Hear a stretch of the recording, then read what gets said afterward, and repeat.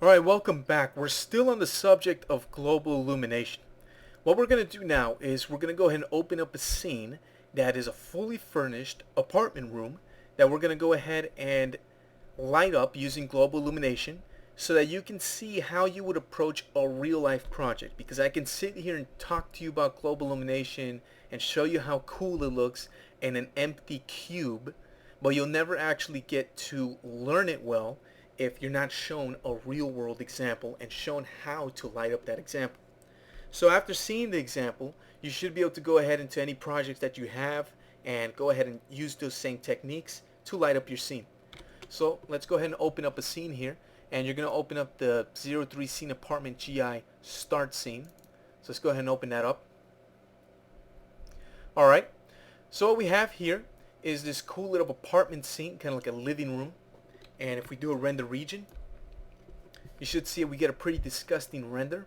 That's because we're using the default XSI lighting right now. The lighting system has not been touched in this scene. This scene has only been modeled and textured, but no lighting whatsoever has been done to it. Now, that light blue you see in the background past the windows, that's actually an environment that I just created there for simple sphere and a constant shader, so it's no big deal. It's just to mimic a sort of atmosphere around our scene, and it's got a very light pale blue to mimic the sky a bit. Of course, we can use images, we can use physical light, sky shaders and things like that, but in this case a simple sphere with a constant shader the color of a sky at midday will suffice. So I can see this scene a lot better. What I'm going to do is I'm going to switch over to hidden line removal, and now we can swing around here a bit and check out the scene. So there's some double doors there. We've got some light fixtures on the ceiling. We've got some knickknacks and things on the wall back there. Some picture frames, some little coffee tables and stands right here. A couple of couches with pillows and cushions and a lamp. And some windows with roll-up shades, etc., etc. I think you get the idea.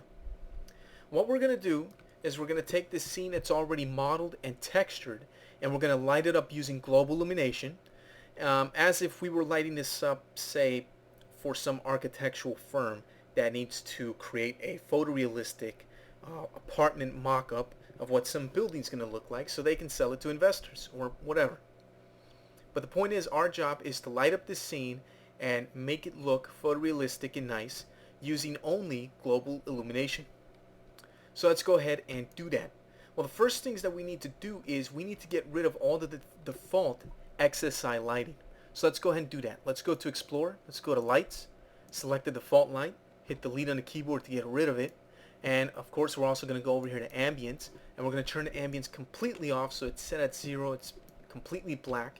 And if I do a test render here, a little render region, you're going to notice that everything is pitch black except for objects that are reflective. So the floor actually has a little bit of glossy reflection, and this coffee table here, the top part, is actually glass, so it's going to be reflective, of course.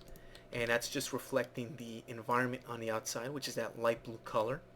Everything else is not going to show up. It's just going to be pitch black darkness. So that's perfect because now we can set up our lighting from scratch and get going with this project here. So I'm going to end this video here, and in the next one we're going to start our light setup and start setting up our direct lighting for this scene.